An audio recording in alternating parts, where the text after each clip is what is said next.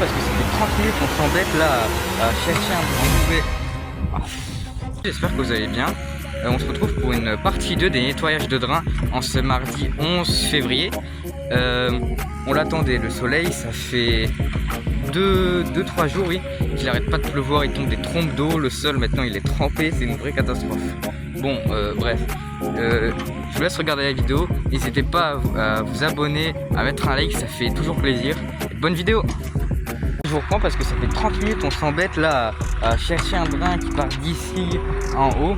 C'est vraiment embêtant parce que là on perd du temps, c'est la journée, on ne pourra pas faire ce qu'on voudrait, d'abord à cause du temps. Regardez ici toute la gadoue qu'il y a avec plein de flaques, c'est vraiment une catastrophe le temps.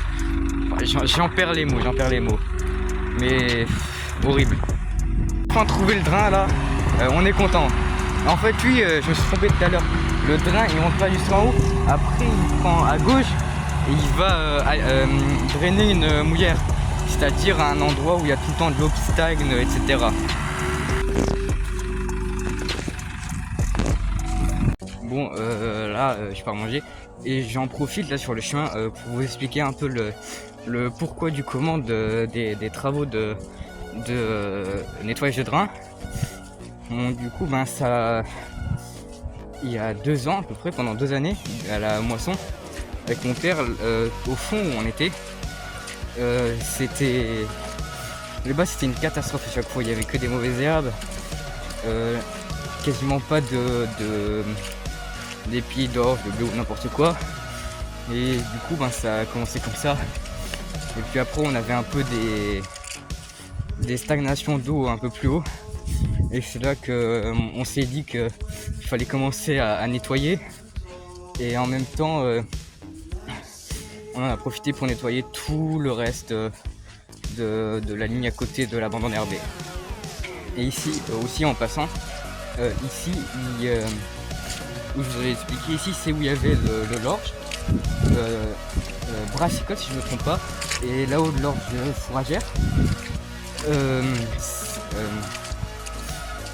En même temps à cause des drainages, et là-haut on voit, je sais pas si on voit, il y a des manques à cause que là-haut la terre est très argileuse et qu'en plus on a le bois à côté qui fait que c'est en hiver c'est peu au soleil, ce qui fait que au printemps, vers début mars, mi-mars, on va ressemer de l'orge d'hiver dans la partie le bas, le long de la bande enherbée et en haut là-haut. Et ici là j'y pense, tout ici là, ça fait toujours 2 ans que c'était une vraie mare à chaque fois. Même en été, oui, c'était une vraie catastrophe. Et l'année dernière on avait semé du colza ici, il était magnifique à l'hiver, il était haut, il était volumineux. Et ici à cause du gel et qu'il a baigné dans l'eau, et un jour ça a gelé, ce qui a fait que le colza a séché, que le colza lui il a séché, qu'il est mort à cause du gel qu'il y a eu et de l'eau par-dessus. Qui se rappelle de la précédente vidéo où j'avais parlé de l'orge qui était de brassicole et l'orge fourragère. Ici ça doit se voir beaucoup mieux. Je commence à découper au couteau le jaune et le vert.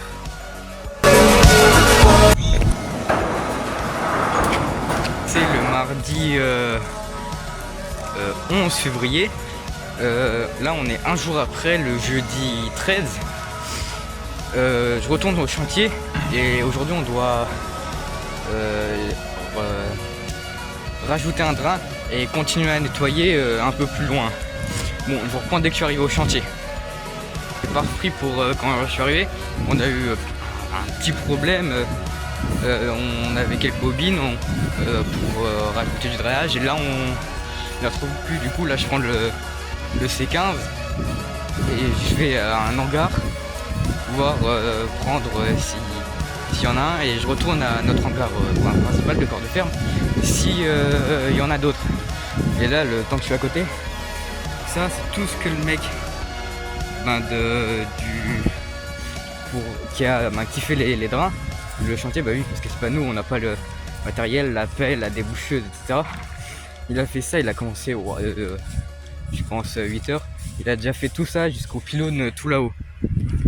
Chapeau. Bon, ben, je vous reprends dès que je suis arrivé au premier hangar. Embourbé. Ah. Mais je sais pas comment je fais là.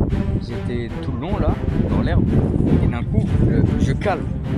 J'essaye de repartir, deuxième, première, je recule, je tourne le volant. Impossible. Ah vache. Bon ben, quand on est sorti, ça fait longtemps, c'est pas repris. Ce qui s'est passé, c'est que avec mon père, il m'a sorti avec le télescope. Du coup, on a nettoyé un drain après. Et là, on a mis le drain dans la tranchée. Et là, on le rebouche. Quand je suis à côté, je vais vous montrer là le drain commencé. Bon, il n'y a rien de spécial, c'est pas compliqué.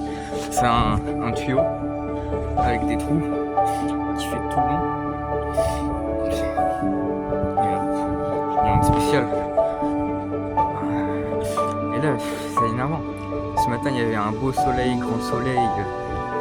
Et là, d'un coup, ça s'est voilé. Il a commencé à pleuvoir un peu. Bon, c'est de la bruine, c'est rien. Mais c'est énervant parce que le sol est déjà trempé. Là, ça va encore un peu mouiller, mais catastrophe le temps. Bon, là, ça va être la fin de la journée. Bientôt, je vais arrêter de filmer. Je vais prendre main, je pense. Le matin, drainage, ça va demain, il y a un peu de soleil. Et l'après-midi, je pense que je vais vous faire un tour de ferme pour vous montrer un peu le matériel. Bon ben, petite conclusion. À demain dans la prochaine. 14 février. Aujourd'hui c'est toujours nettoyage de drain. Là on vient d'en rechanger un qui était écrasé à cause d'un affaissement ou bouché. Et là le temps que j'y pense, je t'avais pas expliqué, c'est que quand on bouche un drain, pour savoir qu'il est là, que quand on va recreuser, on saura qu'il y aura le drain ici. Soit on met des petits graviers, ou soit on met une terre végétale plus brune, noire quasiment, de la couleur là à peu près. Et par dessus on ajoute une terre, on dirait de la mauvaise terre, qui est un peu plus brune, comme ça. Et du coup on saura qu'en creusant le drain, il sera là, on n'aura pas besoin de creuser plusieurs fois pour savoir qui sera là. Bon je vous reprends pour le tour de ferme. Je pense je pars vers là, il doit être pas loin de 14h30, 35. Je vous reprends vers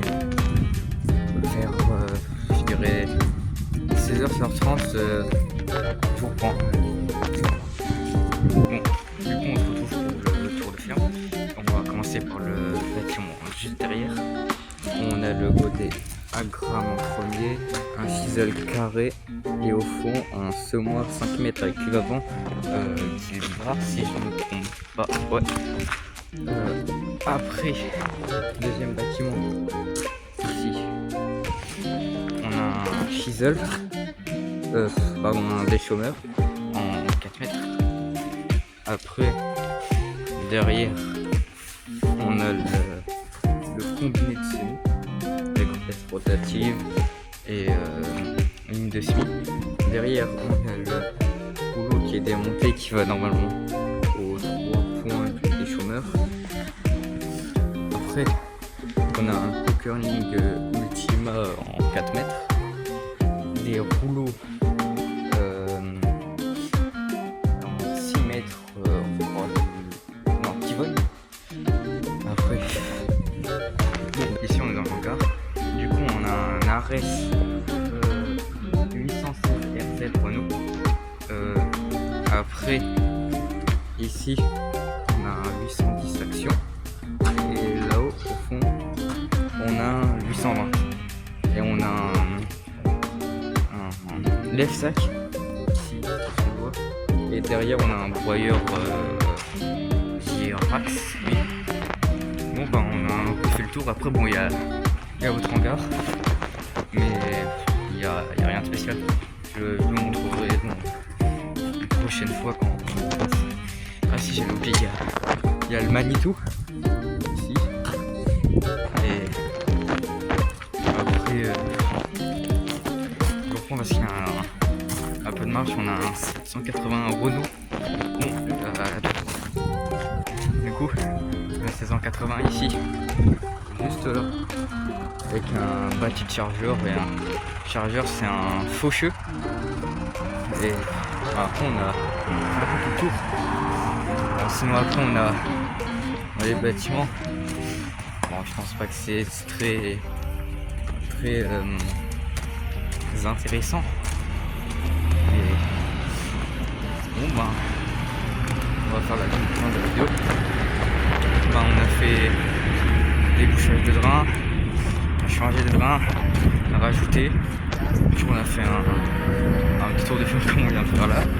Bon, ben, ouais, je vous dis dans la prochaine vidéo.